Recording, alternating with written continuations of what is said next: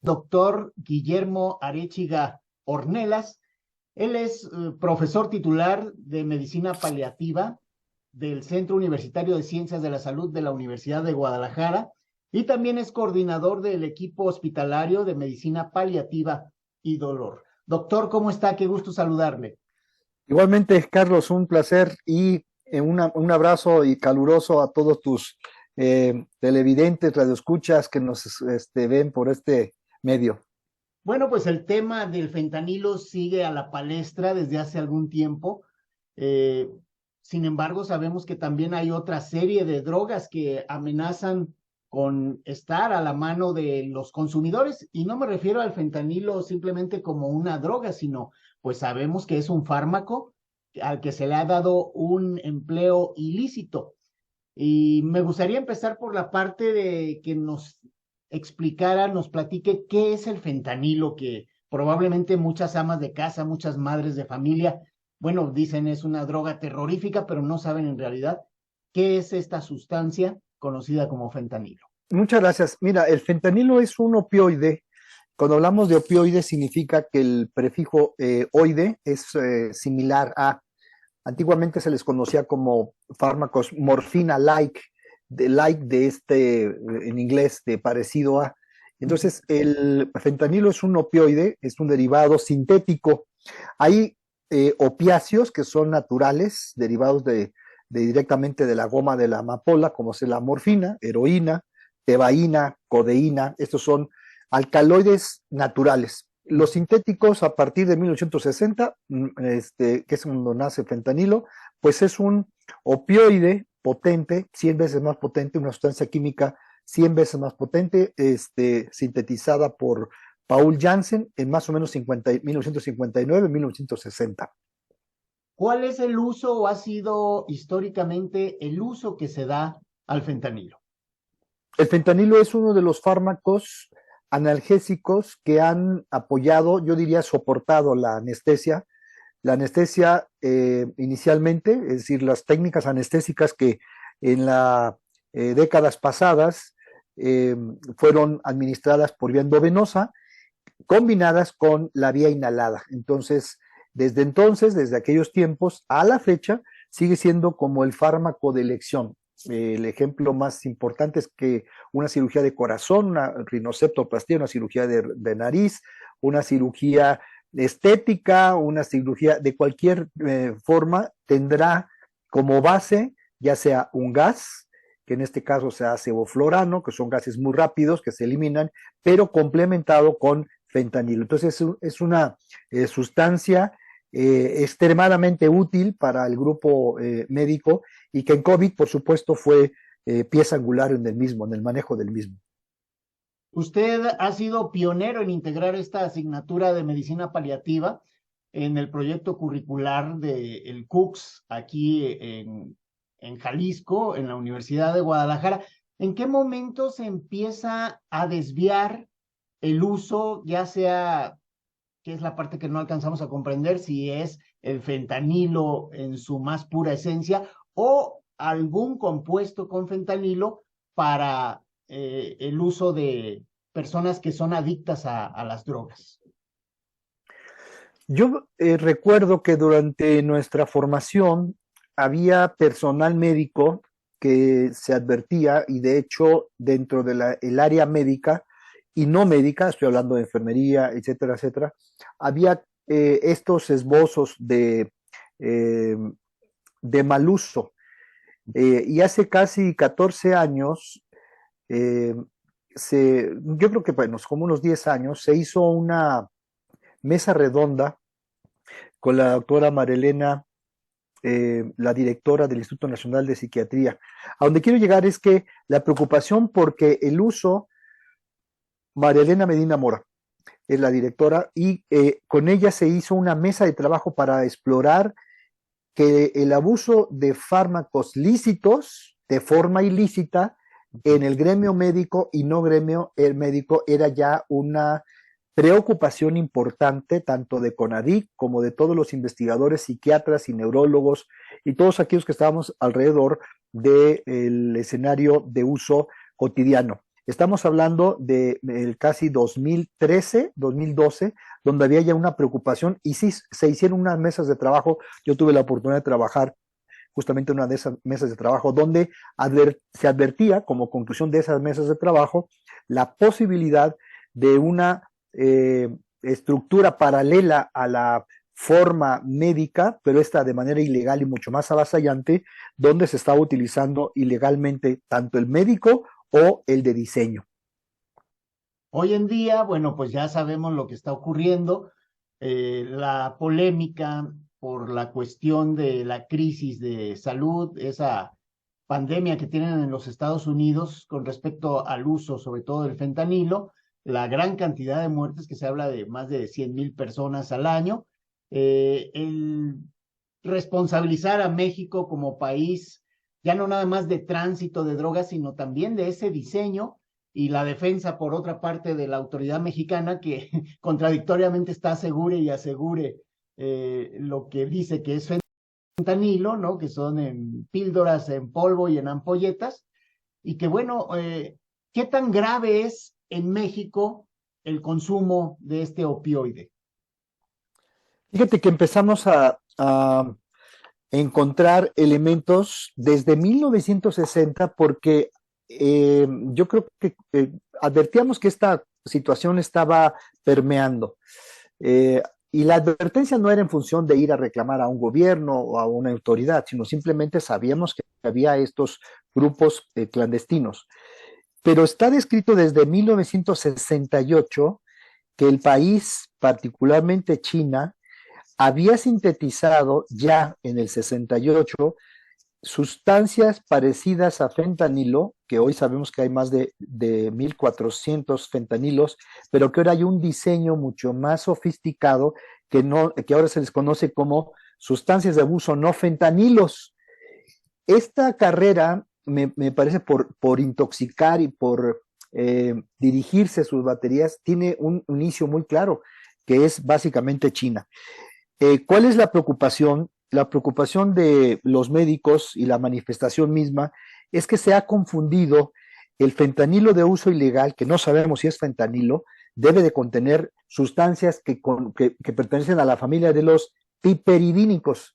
Y esos fármacos piperidínicos, aquí en México también tuvimos uno que se llamaba meperidina, que ahorita se sigue usando en los países como Colombia, extraordinario fármaco, extraordinario. Este grupo piperidínico pues ha sido sintetizado clandestinamente desde 1968. Hay registros que con mucho gusto te los comparto porque pareciera como que estábamos viviendo desde entonces lo que iba a suceder de manera masiva.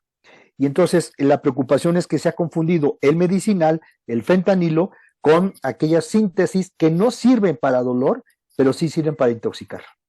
Y ahí me llama la atención una cifra que usted dio en alguna ocasión de la cantidad de fentanilo que se importa para uso médico y que es ínfimo comparado con cualquier aseguramiento que haga la autoridad federal de ese fentanilo ilícito, que como dice, probablemente no es este mismo que se utiliza para las cuestiones anestésicas y paliativas. Sí, fíjate, para más o menos anestesiar y dar anestesias a un volumen de, según registros de diferentes organismos y un estudio que hicimos con unos laboratorios, tenemos más o menos que hay 5 a 7 millones de cirugías por año en nuestro país, de las cuales el 95-96% utilizan fentanilo en microdosis. Y los 45 kilos que reporta la CONADIC, que es a través de la Junta Internacional de Fiscalización, donde se hace el pedido, pues son medio saco de croquetas. Eso es para todo el país. Eso es para todo el país. Obviamente, así es, hace falta, por supuesto que hay estados, y lo comentaremos en su momento, hay estados donde el uso de opioides lo voy a decir, es clasista.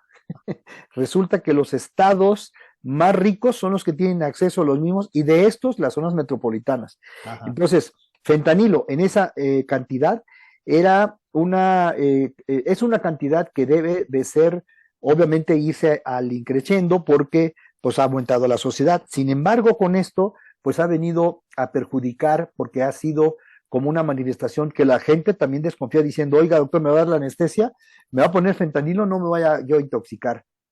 Y esto me parece pues totalmente fuera de contexto, porque no vemos pacientes de COVID que hayan sobrevivido a 15 días de hospitalización manejados con fentanilo, que ahora estén en las clínicas de rehabilitación, rehabilitándose post-COVID y post-adicción de fentanilo, ¿no? No se ve eso. Oiga, doctor, y entonces, ¿qué ha pasado con esa versión de que iba a tratar de impedirse que llegara el fentanilo para uso médico? Eh, Esto obviamente no es un decreto, pero sí sabemos que ahora hay todavía más cuidado, más control, más restricciones en la llegada y la aplicación de este fármaco. Sí, yo creo que eso generó no solamente la fragilidad, lo voy a decir con toda responsabilidad, la fragilidad de nuestro sistema médico para poder este, apuntalar los fármacos, que si bien es cierto son estrictos los controles. Ayer mismo nos mandaban un WhatsApp donde decía el colega anestesiólogo, porque estoy en el Colegio de Anestesiólogos de Jalisco, y nos decía, mira, en este momento tengo este WhatsApp para yo comprar 4 cajas de fentanilo sin receta médica. Entonces decíamos, bueno, debe de haber entonces una estructura ilícita que está amenazando a la parte legal, y el Estado está actuando lento, me parece, lento o muy tarde, para confundirse por una falta, me parece, de visión y de información o de asesoría. Hoy lo vemos como más tranquilo al gobierno, diciendo, creo que no es por ahí, el fentanilo mayor decomisado no es este del médico, y han puesto cuando menos más alerta a la fiscalización del médico, de la parte médica. Sí, ya hay manifestaciones. La semana pasada en el Hospital Civil de Nayarit, los médicos justamente se manifestaron porque no había fentanilo. Si esto sigue avanzando, como ya declaró PISA, diciendo nuestro fentanilo no va a salir hasta los próximos 2-3 meses, y Psicofarma dijo yo ya no tengo fentanilo, pues son las dos únicas compañías que importan el producto, lo arman aquí y luego sale con diferentes nombres. Si esto sucede, me parece que las cirugías van a postergarse o a limitarse, igual o peor que fue con la pandemia. Qué barbaridad. Doctor, por otra parte, con el nombre que sea, sabemos que hay muchas drogas en el ambiente. ¿Cuáles son las drogas que están por venir o están por de pronto ser bautizadas o qué son y cómo las van a emplear? Fíjate que hay una tabla de uno de los artículos. No sé qué tan conveniente pueda que yo pueda compartirte, cuando menos que pudiéramos ver. Lo voy a poner así. Mira, los nuevos nombres de medicamentos se llaman Dropina, y se llama, lo voy a poner aquí. ¿Quieres que pueda compartir? No, ¿verdad? Sí, permítame, déjeme ver si A no ver, le voy a habilitar. A ver, ahí. a ver si pudiéramos. Mira, a ver si puedo compartir esta. Esta es una revisión que precisamente nos solicitaba el departamento el colegio nomás quiero compartirte este grupo de fármacos que me llama la atención fuertemente. A ver, lo vamos a poner así y luego voy a tratar ok, luego lo voy a, perdón, ya te estoy metiendo aquí en broncas. No se apure, doctor, aquí estamos para entenderle mejor. ¿Alcanzas a ver ahí la imagen? Sí, A se ver, ve. lo voy a hacer más grande. Ajá. A ver, ahí Sí, creo que se alcanza a ver. sí, se ven Ahí dos se alcanza, páginas. se ven 2 páginas. Ajá. Lo que quiero que veamos, me voy a poner mis lentes, son los no sintéticos no fentanilos. Es Ajá. decir, estos son los drogas emergentes de recientes años. Esto fue publicado en el 2022. Y voy a poner aquí mi puntero láser. Ujú. Mira, aparece que se llama AH78 7921. Ujú. Nosotros realmente no sabemos, Carlitos, qué se está metiendo la gente en Estados Unidos. O qué es, le llaman fentanilo, pero esta sustancia, que es una sustancia diseñada o de diseño, el U-47-700, ya cuando menos se han reportado muertes de estos, al Ujú. menos 32 muertes, 18 muertos. Estas son drogas de diseño. Por eso el artículo dice la emergencia de opioides sintéticos derivados de no fentanilo durante los últimos años. Están estas nuevas drogas. ¿Qué nos hace falta a nosotros? Lo digo con toda tristeza, un instituto que estuviera a la vanguardia con toda la infraestructura que hay en investigación. Trabajamos en la universidad y la universidad tiene todos los recursos. Un instituto por el POLI, por la UDG, por la UNAM, por lo que sea, que fuera un instituto de investigación a la velocidad de que están sintetizando para nosotros rápidamente recoger muestras, identificar qué tipo de sustancia es y estar elaborando antídotos. ¿Hay antídoto para el fentanilo? Sí, se llama naltrexona. La naltrexona tiene usándose de más o menos de los 1970 y este fármaco ya lo usamos nosotros en lo personal, ya lo utilizamos para desintoxicar a individuos que estaban siendo abusados de medicamentos como buprenorfina, como tramadol y como fentanilo, y con el potencial de muerte y de riesgo. Esta naltrexona se coloca vía subcutáneo como si fuera un chip, así le llaman, el chip de naltrexona. Tú puedes buscar y aparece ahí naltrexona.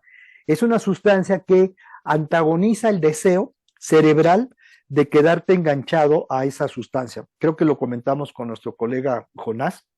Entonces, ¿por qué Estados Unidos no ha lanzado una campaña de salud pública y por qué México tiene que ir atrás de esa saga cuando ya los chinos acaban de sacar su chip para 6 meses de naltrexona? ¿Por qué tenemos que esperarnos cuando ya se empleó aquí en Guadalajara? ¿No?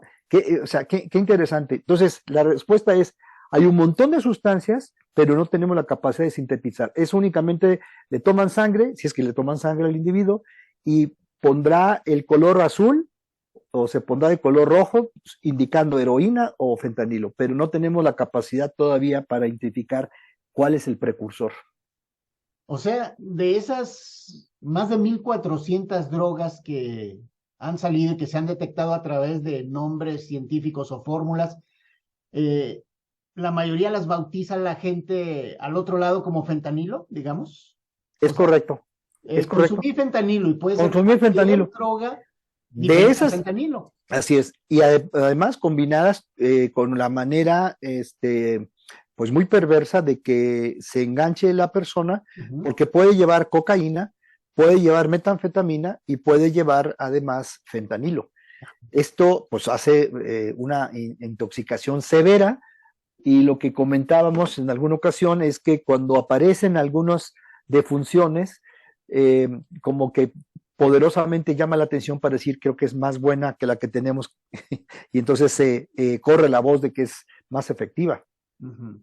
En este caso, el antídoto que se menciona, la naltrexona, tiene que ser recetada médicamente, ¿no? Así es, sí, y fíjate, hay un fármaco que es regalado gratuito en Canadá, se llama Ujú. naloxona.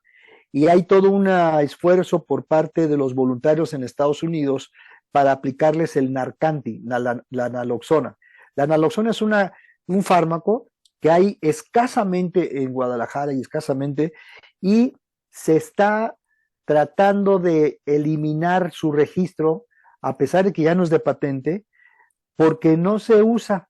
Sin embargo, en Estados Unidos como en Canadá, como en otros países, en intoxicación severa con depresión respiratoria, la administración de una ampolleta prácticamente le salva la vida a las personas. De hecho, los servicios de urgencias aquí en Guadalajara, todos tienen naloxona.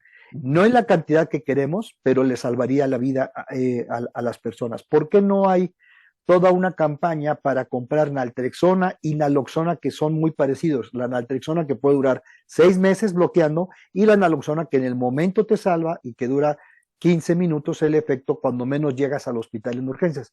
¿Por qué no hay una propuesta gubernamental para decir vamos comprando naloxona, previniéndonos? Porque la pregunta se contestaría, ¿qué va a pasar con el fentanilo para nuestro país? Sin duda, ya llegó, tenemos los primeros reportes de intoxicación de fentanilo en 190 individuos. No es un problema de salud, seguramente, pero lo va a hacer próximamente. ¿Por qué? Porque la tableta trae 3 gramos, con estas mezclas, pues esos chicos van a caer en depresión respiratoria. ¿Por qué no adelantarnos a una política preventiva, no solamente en las prepas, en las secundarias, en los gobiernos, en los centros de salud, tener disponibles esos recursos? Porque si tú te tomas la naloxona no te pasa nada, absolutamente nada. Entonces, ¿por qué no tenerlos disponibles de manera preventiva y salvar vidas? ¿Por qué los americanos, nuestros vecinos, no lo tienen? Y si lo tienen, ¿por qué no lo usan? Y si lo usan, ¿por qué no lo hacen para prevenir las 130 muertes? Ese tendría más futuro en vez de la intoxicación por plomo que tenemos acá. Esa no se quita con naloxona. Entonces, la aparición y la llegada y el uso de muchas de estas sustancias, de las más de 1,400, pueden causar una epidemia, pandemia, como en Estados Unidos en un momento dado. Sí, yo creo que el resultado, es decir, hay 64 años de historia de abuso, cuando menos en la época, le vamos a llamarle, de fentanilo, en la época de fentanilo. Sin embargo, habrá que reconocer que la estrategia, no sé, de alguna manera, cuando hubo la guerra del opio y que fue esta invasión a la comunidad china o al pueblo chino, me parece que es una réplica de esa condición, ya sea que no se les haya olvidado a los orientales y poco a poco han utilizado de alguna u otra manera, ese es un comentario eminentemente personal y me disculpo por lo mismo, pero que estos han estado introduciendo por todas las fronteras, Pacífico, Sur, Norte y Este, a Estados Unidos de las sustancias que China produce, pero desde hace 64 años de manera constante y de manera evidente. ¿Cuántas muertes se contabilizaban? Seguramente antes no teníamos tanta información, pero ahora sí es muy evidente que el riesgo de abuso de sustancias pues es más marcado, las potencias son más marcadas y obviamente esto ya llegó al límite de tener una pandemia, justamente como tú lo mencionas, estamos en una pandemia de abuso de sustancias post-COVID, porque esta se incrementó 35 a 40% los consumos prácticamente de la pornografía, del abuso sexual, del abuso infantil, los feminicidios y especialmente el abuso de sustancias. Entonces, en lo que es México actualmente se han detectado 190 casos, digamos, de personas intoxicadas gravemente por esta situación, ¿no? Sí, lo publicó recientemente Mural, y decíamos, bueno, pues son escasos los grupos, son escasos los casos. Sin embargo, no creo que vaya a ser como muy factible que estos se queden así, porque al tener mayor restricción, no solamente de armas o de seguridad para el tránsito de fentanilo, ese fentanilo pues se tiene que vender. Y como lo han hecho con otras sustancias, entonces empiezan a voltear sus baterías hacia los consumidores mexicanos. Locales.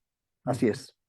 Oiga, doctor, por ahí se menciona, bueno, ya hablábamos de drogas que todavía no tienen nombre porque están como fórmulas, pero hay algo que le llaman la droga zombie.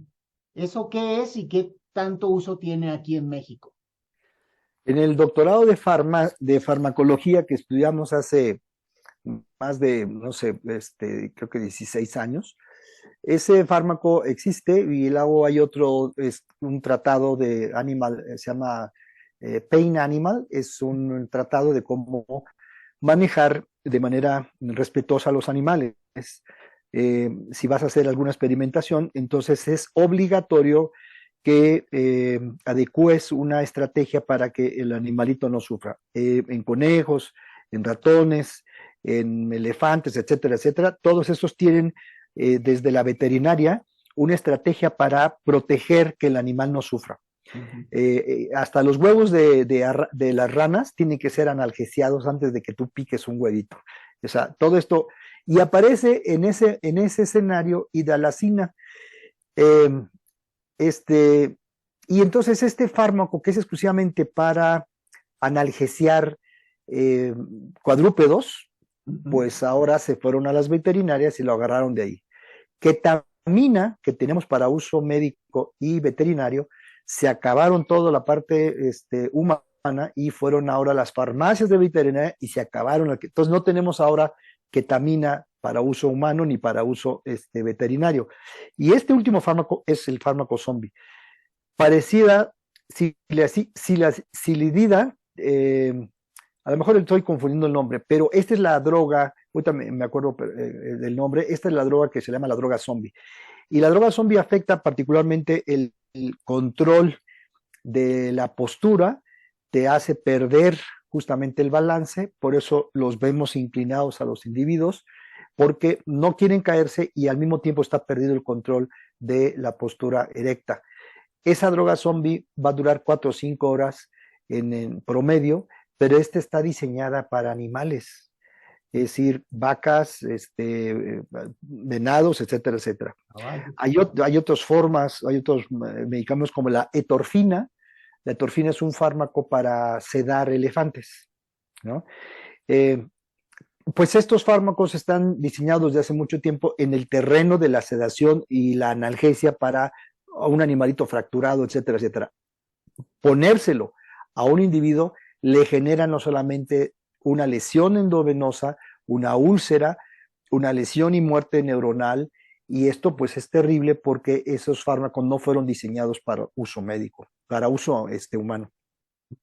Qué barbaridad, doctor, pues ya meterse, ahora sí como dice, lo que sea y no saber qué se están metiendo es algo muy tremendo y sí sería muy adecuado el que existiese este instituto que se dedicara y se adelantara a las cuestiones de la investigación de esto. Y usted decía, sería, bueno, ¿de quién depende todo esto, doctor? De que se hiciese Veía un artículo de New England, perdón, no era del New York Times, y decía, pues es que estamos viviendo una condición pospandemia que está asociada a la salud mental y todo el mundo estamos tratando de apoyar a que la salud mental pospandemia, donde tenemos una incidencia de suicidios, de depresión, de ansiedad, etcétera. Pero está fragmentado, decía este artículo. Y además un elemento que atora las cosas, que es una política, pero que más bien es una grilla. Entonces todo el mundo le ha metido mano a la salud mental, me parece, y aquellos que son los responsables de la salud mental han sido copados, no les han dado el espacio, me parece que han llegado tarde, no tienen los recursos para diseñar un instituto de identificación de sustancias y antídotos para las mismas, bloquear, por ejemplo, los efectos a largo plazo de la marihuana, bloquear efectos, me acuerdo de un proyecto de una vacuna para cocaína, pues estos se caen porque llega la grilla, no la política, la grilla, y entonces limita los esfuerzos que está haciendo un grupo de investigación tratando de encontrar estas causas.